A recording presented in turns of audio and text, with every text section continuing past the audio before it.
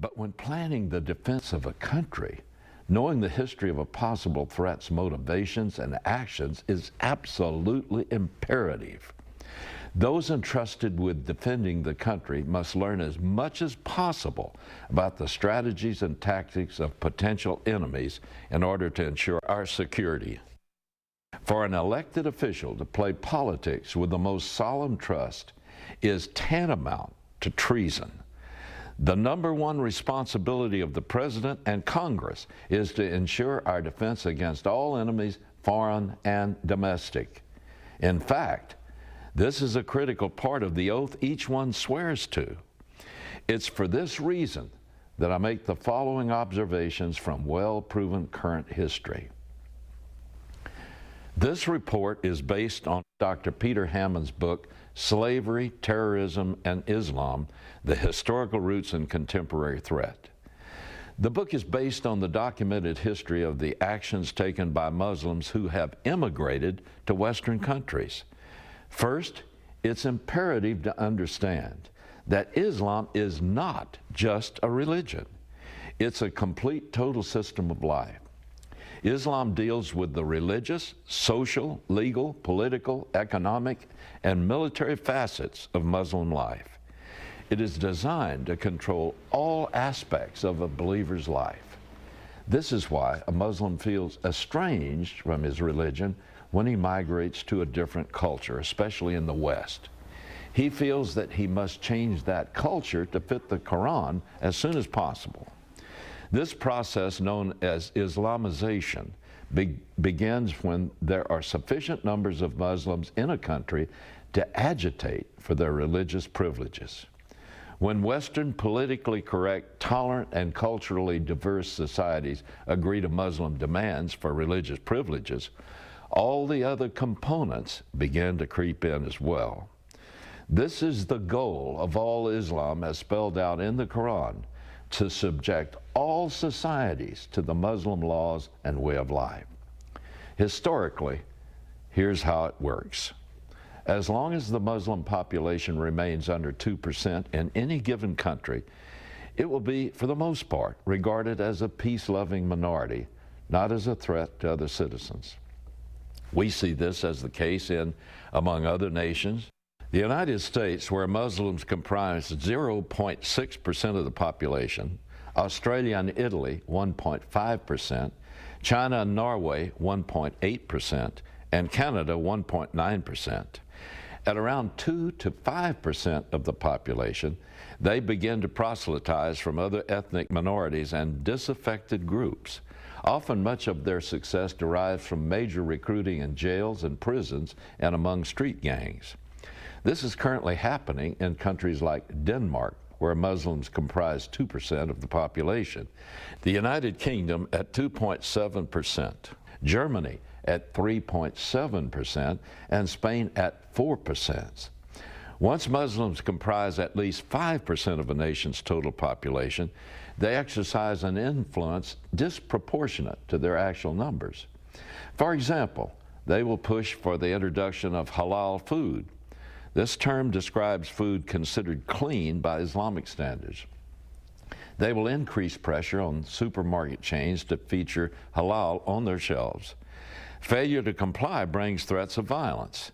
This very thing is occurring in countries like France, which is now 8% Muslim, or Switzerland, the Philippines, and Sweden at 5%, and the Netherlands, which is now 5.5% Muslim. But you may be saying, what about Jews and their requirements for kosher food? Have you ever seen threats of violence used to force stores or food service establishments to stock kosher food? Kosher foods and other ethnic or religion-specific foods are available because of popular demand, not legislation or threats. At this point, the Islamic minority will begin to work to persuade the ruling government to allow them to rule themselves within their neighborhoods under Sharia, the Islamic law. Remember, the publicly declared and ultimate goal of Islamists is the establishment of Sharia law with its underlying culture over the entire world. When the Muslim minority approaches 10% of the population, they begin to utilize violent demonstrations as a means of securing their demands. Paris, France has already seen car burnings and other aggressive outbreaks. Any action that is perceived offensive to Islam results in violent uprisings, including threats to the lives of individuals and public figures, such as in Amsterdam. Their political cartoons and documentary films about Muhammad have been declared an offense to Islam.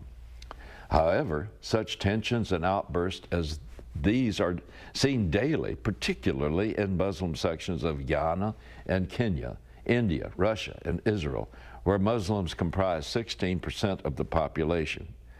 After Muslims reach a 20% share, nations can expect hair-trigger rioting, jihad militia formations, sporadic killings, and burnings of Christian churches and Jewish synagogues, such as in Ethiopia, where almost 33% of the population is Muslim. At 40%, nations may experience widespread massacres, chronic terror attacks, and ongoing militia warfare, such as we've witnessed in Bosnia, Chad, and Lebanon. From 60%, nations experience unfettered persecution of infidels or non-believers of all other religions, including non-conforming Muslims, and sporadic ethnic cleansing or genocide with the use of Sharia law as a weapon, and jizya, which is the tax forced on infidels. In the last 2 decades, we've seen all of these characteristic actions take place in places like Malaysia, Albania, Qatar, and especially the Sudan.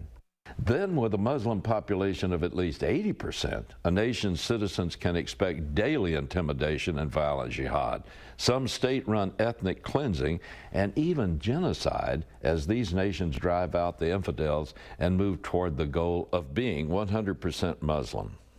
Some or all of these characteristics have made the news in places like Egypt, Gaza, Indonesia, Iran, Iraq, Jordan, Morocco, Pakistan, Syria, Turkey, and the United Arab Emirates. But what happens when a nation reaches the goal of 100% Muslim? That will usher in Dar al-Salam, which means the house of peace. At least that's the promise. Here there's supposed to be peace because everybody is a Muslim. The madrasas are the only schools, and the Quran spells out the only acceptable way of life. That's the expectation promised by the Quran. What then is the reality in Afghanistan, Saudi Arabia, Somalia, and Yemen, all of which are 100% Muslim? Historically, this promised peace has not been realized. And in these states, it's the most radical Muslims who rise to rule over the more tolerant and peaceful Muslims. Those who claim they are the most devout and pure followers of Allah inflict intimidation and violence on their fellow Muslims. One of the most obvious examples is the Taliban in Afghanistan with their public killings and beatings, especially of women. It's also important to understand that in some countries with relatively small Muslim populations, such as France, Muslims live in ghettos. These ghettos have a 100% Muslim population that live under Sharia law. In such situations, Muslims do not integrate with the host population. Their children attend madrasas. They learn only the Quran. To even associate with an infidel is a crime that could be punishable with death. Therefore, in these areas, Muslim imams and extremists exercise much more power than the national percentage would merit, and they pose a much greater danger. Today's 1.5 billion Muslims make up 22% of the world's population, but their birth rate dwarfs the birth rates of Christians, Hindus, Buddhists, Jews, and all other religions. At their current birth rate, Muslims will exceed 50% of the world's population by the end of this century. These are the historical facts. I'm only trying to tell the truth. For Western nations to ignore them is a fatal mistake. For our leaders to ignore them is a total failure to do the job they were elected to do.